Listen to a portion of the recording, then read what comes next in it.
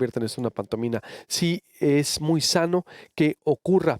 El doctor Lorenzo Meyer, lo saludo con mucho gusto, doctor. Buenos días. ¿Son buenos estos días? Pues exactamente, son Vamos a aciagos, ¿no? saludarnos, pero no Sí, exacto. exagerarle diciendo que son buenos días, Te- son te- malos días. Tiene toda la razón, pero ¿por qué, doctor? Que en el contexto de la historia son días aciagos, lúgubres, ¿por qué? Infoxicados, ¿no? Dice el país de España, tanta información, infoxicados, Pues no, yo más bien creo que trumpizados. trompizados, Eh, exacto. sí, Trump nos pisó y es una coyuntura muy difícil para México. Creo que el gobierno de AMLO estaba haciendo sus mejores esfuerzos por la transformación interna. Vaya que si esa es una tarea de Hércules, en los establos del rey que estaban llenos de podredumbre hasta el techo, pero si a eso se le agrega Trump, bueno, eh, realmente son días bien difíciles para México y en particular para ese gobierno. ¿Por qué? ¿Cómo ve ese acuerdo entonces? ¿Cree que ha sido El acuerdo lo veo como, eh, vamos a ponerlo así, pudo haber sido peor. exacto? No es un buen acuerdo porque no podía ser un buen acuerdo. Yo parto de un hecho muy sencillo, en particular para alguien que trabaja en temas históricos de política internacional. Bueno, la política internacional es la política del poder. Cada país pone su interés nacional en primer lugar y hace lo que puede para que los otros países se acomoden a ese interés. La gran potencia, todas las grandes potencias, buscan doblegar a los pequeños en favor de su interés. No existe eso. Hablan los gobernantes, incluyendo el nuestro, desde luego, sobre la amistad con Estados Unidos, la amistad con el pueblo americano. No existe eso. Pueden existir amistad entre personas, pero los pueblos no son personas. Ni siquiera puede decirse que son una persona colectiva, son una eh, cantidad de intereses eh, y de puntos en conflicto en donde la amistad, el recuerdo de cosas pasadas, vividas juntos, la posibilidad de volverse a ver y el gusto de volverse a ver, que es características de la amistad de una persona con la otra, eso no puede haber entre los países, entre los estados menos y entre los gobiernos muchísimo menos. Entonces no hay amistad, es pura política del poder y el poder es muy sencillo.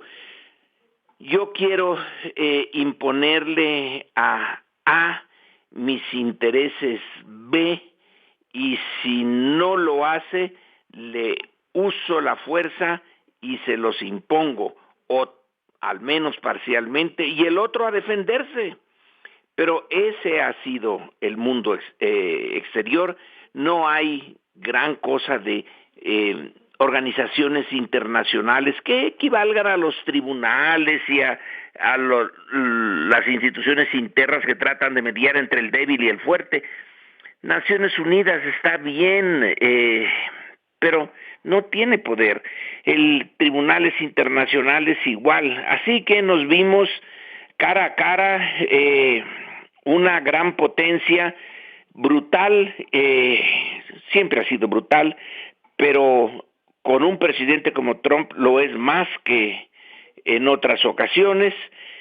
Dice, ustedes aquí detienen a los migrantes centroamericanos o les va a pesar en algo que es muy delicado para ustedes. Están teniendo crecimiento económico del 1% a 2%, quieren llegar al 4%. Pues mis vecinos, les digo que si no los detienen, les corto parte de su comercio exterior imponiéndole tarifas y su comercio conmigo es el 80% del comercio que ustedes tienen y las tarifas van a golpear a una de los engranes centrales de su economía y a ver cómo le hacen. Bueno, el gobierno mexicano no tuvo más remedio salvo que quisiera meter a México en una etapa de heroicidad fantástica y decir, ahora todos se aprietan el cinturón, los fifís y los no fifís, y es como si estuviéramos en guerra, que es el único momento en que un país puede pedirle a sus ciudadanos que den todo y pidan poco. Bueno, esa era la otra opción. Vamos a la guerra comercial. ¿Cuántos mexicanos hubieran aceptado eso? Incluso ahí en su estado. ¿Cuántos hubieran dicho, sí, vamos, y estoy dispuesto a sacrificar parte de mis ingresos y de mi bienestar en función de hacerle frente a Estados Unidos? Pues no muchos, creo yo. Y entonces vino este acuerdo en que México va a tratar de detener a los migrantes centroamericanos bajo la amenaza constante, diaria en estos momentos, de que si no baja el flujo, y quién sabe quién diablos mida ese flujo, o cómo se mida, supongo yo que ha de ser por el montón de centroamericanos que capturan la Border Patrol, y si no bajan, va a volver a amenazar y a lo mejor hasta impone las tarifas. Claro que eso también va a producir una reacción de los intereses norteamericanos afectados. Pero como lo que está en juego es la reelección de Trump, puede ser que ni a eso les haga caso. Así que esa es la coyuntura. No es la primera en que nos vemos en una situación tan desastrosa. Pero bueno, el que no sea la primera no es gran consuelo. Sí, totalmente, porque muchos, criticaban, es que México debió, todo el mundo salió experto, ¿no? En relaciones internacionales, ahora Sí, todo el salió mundo. experto y decir, yo hubiera defendido mejor, Sí. ya los veo. ¿Con qué elementos de poder se defiende? Porque es política del poder. Díganme con qué elementos. ¿Con el ejército? ¿Le declaramos la guerra? ¿Le causamos un daño económico enorme a un país cuyo el mercado más importante para Estados Unidos es el mercado interno, no el externo? Para nosotros no ha sido el caso porque desde que se firmó el Tratado de Libre Comercio se aceptó que el mercado externo fuera vital para México. Se dijo, bueno, así ya nos unimos a Estados Unidos, somos el cabuz de ese gran tren, y cuando ese tren marcha, pues nosotros ahí nos vamos pegaditos. Pero en esas circunstancias siempre existe la posibilidad de que el tren desenganche al cabuz. Y bueno, eso nos está pasando ahora. Sí, porque Donald Trump, exacto, está en medio de su campaña, bueno, va a empezar ya su campaña para reelegirse, lo ha hecho a través de México, y no podíamos ir a una lucha como lo está haciendo China, por ejemplo, doctor, que está al tú por tú y que ha decidido, no, que sea larga, pero no somos China.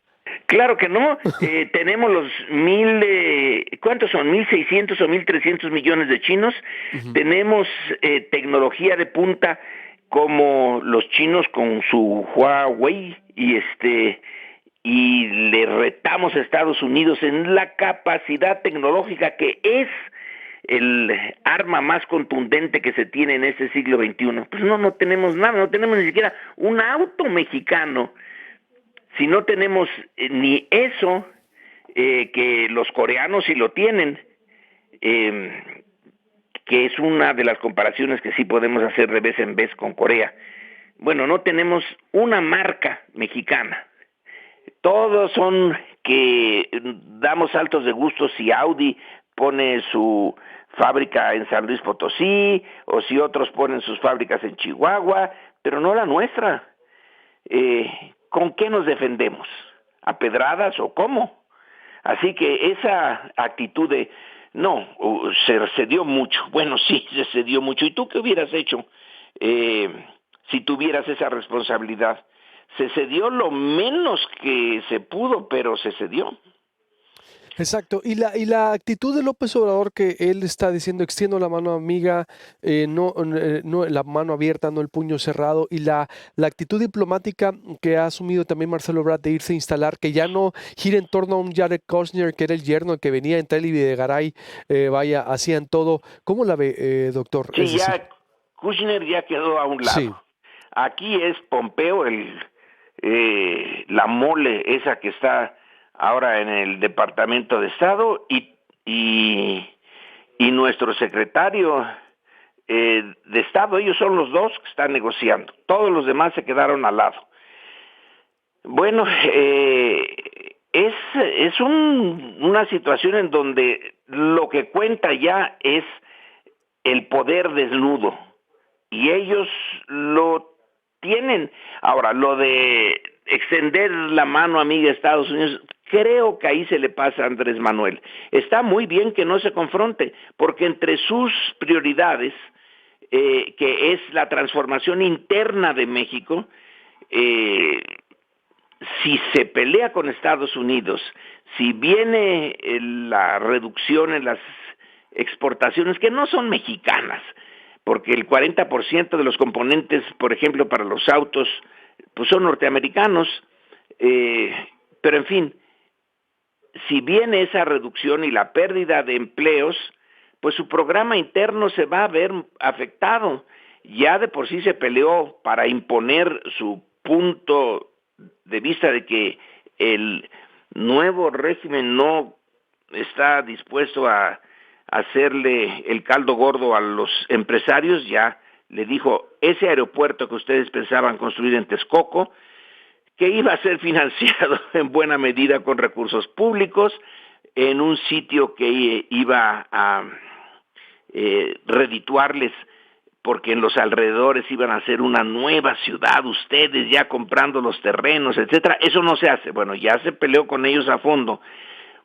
Volverse a pelear por esto, a los empresarios les interesa que la relación con Estados Unidos sea de abrazo, beso, no importa que la soberanía se la lleve el tren, a ellos la soberanía les tiene sin cuidado, les tiene con cuidado sus ingresos. Entonces, sí, López Obrador tiene que ser muy prudente, pero creo que se le pasa la mano.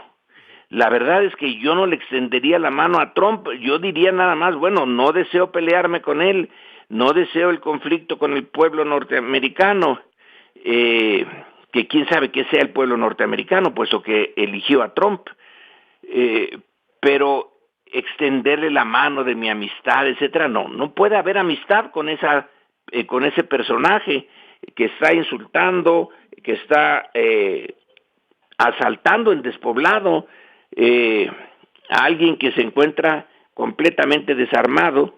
Entonces mejor no decir nada, decir sí, no quiero la confrontación, listo. No tiene por qué estar ofreciendo su amistad una y otra vez, no sirve de nada. Y es un tanto humillante, porque no puede haber amistad. López Obrador y Trump son personalidades 180 grados distintas. distantes. Y lo de migración, por último, le pregunto, doctor, ¿cómo ve ahora que todavía no queda ahí claro el papel de preocupación aquí en Sonora, por ejemplo, que dicen que no hay recursos suficientes para la migración? Hoy el presidente dijo en la mañana que, bueno, que es lo bueno de la política de austeridad que está aplicando, que sí va a Sí, haber recursos para, vaya, pues distribuirlos. los recursos siempre son escasos. Ujú. Aún en Suecia o en Estados Unidos los recursos del gobierno son escasos para sus compromisos. En nuestra situación, ya ni se diga, son muy escasos. No quiere aumentar los impuestos. Andrés Manuel debería aumentarlos, porque no es una estructura impositiva eh, moderna la nuestra, es demasiado condescendiente con los que ganan mucho. A lo mejor de la clase media para arriba, eh, algunos podemos sentir que pagamos en exceso porque están vigilándonos todo el tiempo, pero hay una parte de México que no paga. Por un lado, los que están hasta abajo. El comercio informal, que yo sepa, no paga nada. Y luego los de hasta arriba pagan pues si ya no les perdonan, les condonan impuestos, a lo mejor ahora sí van a pagar. Pero en fin, tenemos pocos ingresos fiscales en relación a países de nuestra rodada, incluyendo a Brasil, por ejemplo, y ni se diga a los europeos, que tienen el doble de impuestos que nosotros. No hay recursos. Es cierto que la corrupción se llevó todo lo que se podía llevar, que se detiene, pero va a estar difícil cumplirle a los migrantes. Alguien va a rechazar ser luz de la calle y oscuridad de la casa. Entiendo la solidaridad de Andrés Manuel con el sur de nuestro país, y además les debemos, porque hemos tratado muy mal históricamente a los centroamericanos, nosotros, los mexicanos, en particular a Guatemala. Pero pues reparar ese daño va a estar difícil. En fin, celebro que por lo menos en el presidente, que no estoy seguro que la mayoría de los mexicanos estén de acuerdo, quiera seguir manteniendo la solidaridad con los centroamericanos que están en una situación terrible, sobre todo los hondureños. Eso es, bueno, la inseguridad en El Salvador, igual, los guatemaltecos no están dentro de lo mal que están, no están tan mal, pero hondureños y salvadoreños sí. Celebro esa solidaridad, pero tenemos pocos recursos. Esa es una definición de política, la asignación de los recursos escasos por parte de la autoridad. Bueno, pues es una decisión bien política, y espero que sepa lo que dice y pueda encontrar recursos para las dos cosas. Sería muy bueno porque le daríamos una lección a Estados Unidos con guante blanco. Mientras ellos se portan brutales, nosotros no, pero no creo que siquiera se den cuenta. No ponen atención en eso. A Estados Unidos, México le importa un pepino en general. Sí, en algunas ciudades fronterizas y en los mexicano-americanos, etcétera, pero para una gran potencia, un país como México, nada más hay que verse los programas sobre México en las universidades norteamericanas, son muy poquitos. Estados Unidos se interesa por Estados Unidos y luego por el que sea su rival. Antes fue la Unión Soviética, hoy es China. Ahí sí ponen muchos recursos, atención, etcétera, pero en nosotros. En fin, quizá quedar dentro de todo en paz con nuestra conciencia, decir no votamos a los centroamericanos, no los echamos otra vez al Suchiate a que se ahoguen allí. Bueno, creo que ni se pueden ahogar, no da para tanto la profundidad del Suchiate, pero debe de estar en nuestra política el solidarizarnos con ellos. Pero si no podemos mantener la seguridad en México para los mexicanos, ¿cómo vamos a ser el tercer país seguro? Si la inseguridad es una de las cosas que campea aquí en México. Pero en fin, estamos en una coyuntura muy difícil. Totalmente, doctor. Pues como siempre, un placer por su análisis y su tiempo, doctor. Le mando un abrazo y estamos en contacto. Gracias por ayudarnos a entender los días no tan buenos. Y no le digo buenos días, sino nada más que nos veamos, que nos oigamos la próxima vez. Por eso le digo, gracias por ayudarnos a entender los días no tan buenos. No tan buenos. Abrazo, hasta doctor. Luego. Buenos días, el doctor Lorenzo Omeyer, como siempre un placer, la verdad. Pues, él es doctor en Relaciones Internacionales del Colegio de México, además una eminencia de los principales intelectuales en el país, y yo creo que todo lo que dice no tiene desperdicio. Un placer tenerlo en Proyecto Puente. Corte y vuelvo. El encargado de becas para contestar a los estudiantes que la están recogiendo y tienen pues molestias ahí, están bajo el sol en Hermosillo. ¿Qué hacer? ¿Qué están haciendo? Una nueva opción aquí de negocio que le voy a presentar. También Sergio Oliva, todo sobre la violencia en Sonora. No hay día que no haya municipio que presente pues muertos, problemas en el estado. Volvemos.